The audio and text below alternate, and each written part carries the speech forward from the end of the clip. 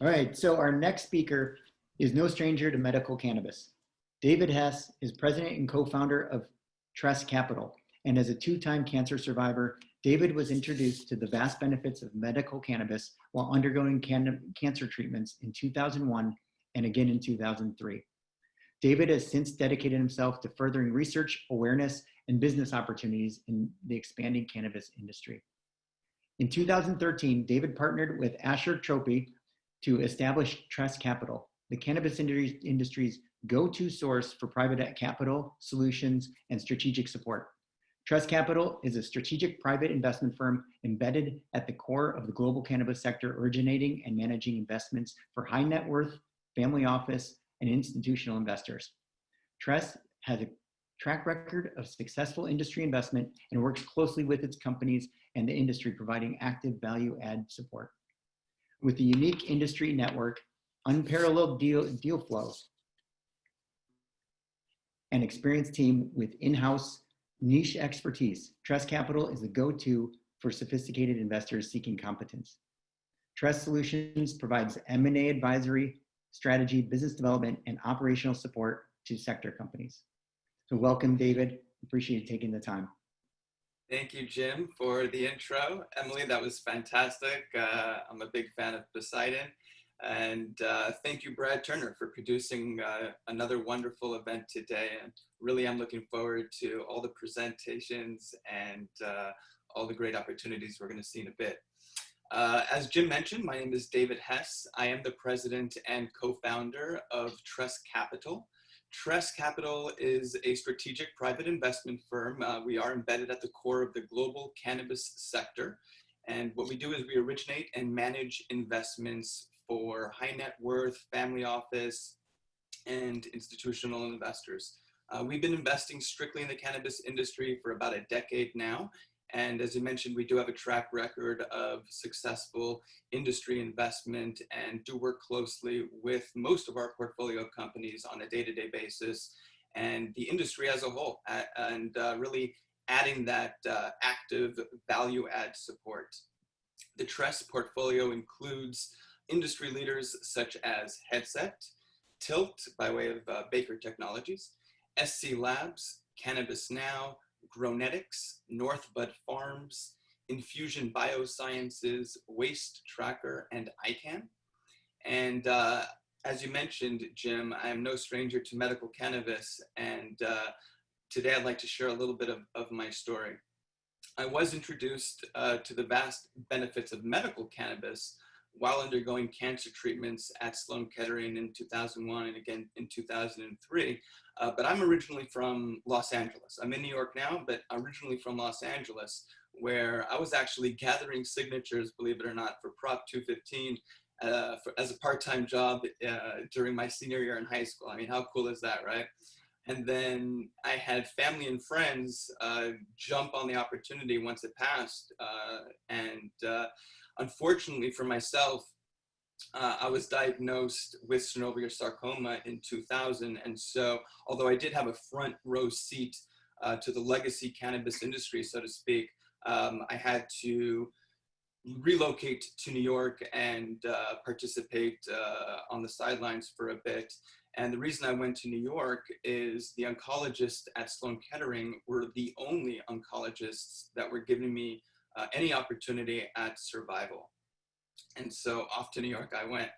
I was able to medicate with cannabis throughout my first bout with chemo and radiation. And really that kept my spirits up as well as my appetite. However, within 2 years, I had a local recurrence. And due to the treatments on the second bout with cancer, I had to spend the year as an inpatient in New York City at Sloan Kettering. And there I was 22. I was being treated on a pediatric floor for some of the medical professionals on the webinar today. They might understand that synovial sarcoma is traditionally seen amongst pediatrics. And so, as I mentioned, I'm on a pediatric floor as a 22-year-old. And, I had friends early on coming by, friends and families, since, as I mentioned, being from LA, there was absolutely no stigma for us. And they were sneaking me out of my room at Sloan Kettering, and taking me downstairs, and I had no problem medicating, traditionally with cannabis. The problem became about my second round in, I became bedridden and could no longer medicate with cannabis. I was miserable. I started to feel the chemo begin to kill me, and I wanted to quit. I was given an article. You had mentioned Marinol earlier. Well, I was given an article, I believe it was in Time magazine, on Marinol.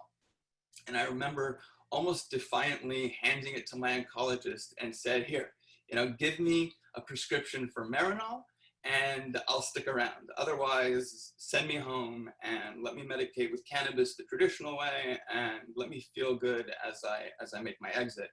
And believe it or not, this is Sloan Kettering, right? This is a major cancer hospital and research center. And this was the chairman of oncology at Sloan Kettering. That was my oncologist.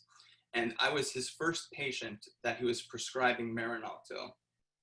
And I remember within the first hour to 2 hours of me taking Marinol, within the first hour or two of me being prescribed Marinol, there I was laughing with my nurses, asking my friends to come watch Monday Night Football with me and making sure they bring the wings, right there. I wasn't eating for months.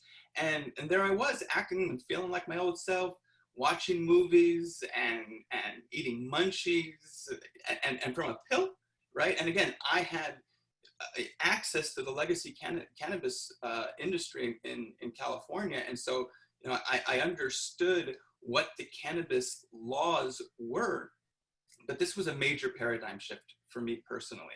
And I wanted to understand all I could about medical cannabis, right? Again, I was 22 on a pediatric floor. My roommates at Sloan Kettering were 5-year-olds, 6-year-olds, 7-year-olds.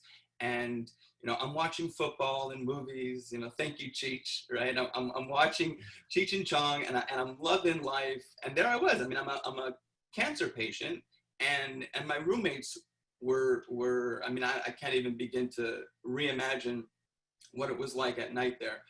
It was really awful. And I wanted to learn as much as I could about cannabis. And could it help children, right? Or I wanted to learn everything I could and found out that there's actually an endocannabinoid system in each and every one of us. I found out about terpenes, THC, CBD, CBN, CBG, THC, THCA, and everything in between. And I learned that there were actually clinical trials in Israel going on since '96 with a government that was, being proactive in Israel towards medical cannabis. And again, I was absorbing every ounce of data and information that I could. I did have access to a lot of those practitioners in Israel and scientists studying it in Israel, and would call them on a weekly, monthly basis. And again, just try and learn as much as I could. Fast forward a bit to 2010, 6 medical licenses were awarded in New Jersey, right? And I still had to be in New York, which I am today, to be close to Sloan Kettering. But luckily for me, the cultivation manager was a friend, and he heard me talking about legitimizing the credibility of cannabis for years at that point, and calls me one day and says, Dave, this is your chance. And I jumped on it. There was a need for capital and operations, and I helped syndicate that deal. And once that project was off the ground, I started to hear about cannabis trade shows, right? This is back in 2011, 2012, when some of the trade shows were just getting off the ground, and really just joined every association I could that involved cannabis, and really started to grow with the nucleus of the industry. And after several of the trade shows and really building out my network beyond California and several diligence trips, I realized 2 things. I realized, number one, if I'm going to invest other people's money, aside from my own and my family's capital, that we had to, and especially if we're going to monitor these entrepreneurs and these opportunities and report back to the investors, I knew I had to bring in a partner with actual financial experience, a background from Wall Street. And my vision was that our firm would be as credible as any other investment firm for any other industry. And I also realized that there was an opportunity to support the infrastructure of this new industry, what we always called the legs of the cannabis industry. And so in 2013, I did just that. I partnered with Asher Trophy, an experienced fiduciary and trader on Wall Street, who was operating in equity and equity portfolios for over a decade at the time. And we became Tress. We became one of the cannabis industry's go-to sources for private capital and solutions and strategic support, both for investors and for the entrepreneurs themselves. Today, in 2020, we have 9 industry leaders, as I mentioned, in the portfolio. SC Labs, again, Headset, Tilt, Cannabis Now, Grownetics, Northbud Farms, Infusion Biosciences, Waste Tracker, ICANN. And our diversification strategy has proven successful, right? In 2020, during these rocky times, it's nice, right? Sure, cannabis is an essential business. However, listing our portfolio companies, our media company, Cannabis Now, prints magazines, and excuse me, and widely distributed in Barnes & Noble, Hudson News, at every airport. And sure enough, right, due to the quarantine and flights being down, there was absolutely no reason to continue printing a magazine. And unfortunately, we have a Cannabis Now CBD wellness store in Los Angeles that we opened about a year ago. And on May 30th, the first day of the protests for George Floyd, unfortunately, there were some rioters at the tail end of that, as everybody's well aware of. And unfortunately, we fell victim to some of those rioters, and our store was looted on the 30th. And so we're having to help them pivot to e-commerce and licensing opportunities, and to actually start better monetizing the 4 million plus social media followers that they have. We also made an investment in international live networking trade show event that I'm sure many of our international audience is aware of, called Canatech. And I would have never have guessed at our last gathering in Cape Town in South Africa in November that we wouldn't be reconnecting with the international cannabis community come April in Tel Aviv. But sure enough, COVID hit us, and Canatech has also had to pivot to an all digital platform. That said, I am very optimistic.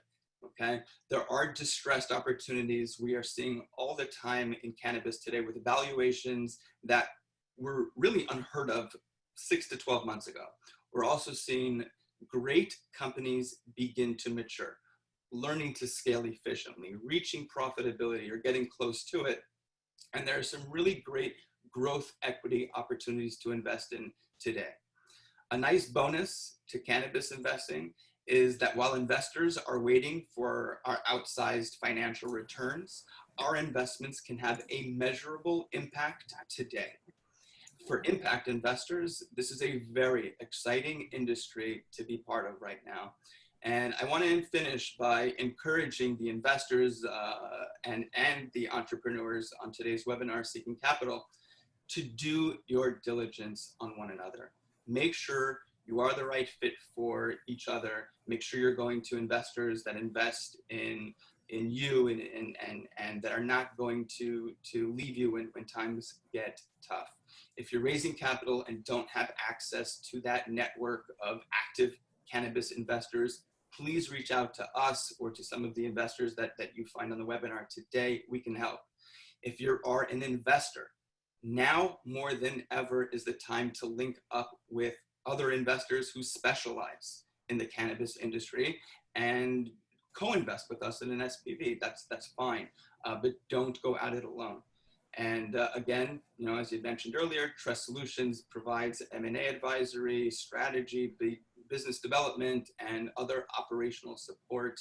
You can find my information and all of Tress's information on our website at tresscapital.com, or if you're an entrepreneur in the space and seek advisory or strategy, biz dev, go to Tress, TRESS and Tress Solutions will be able to assist.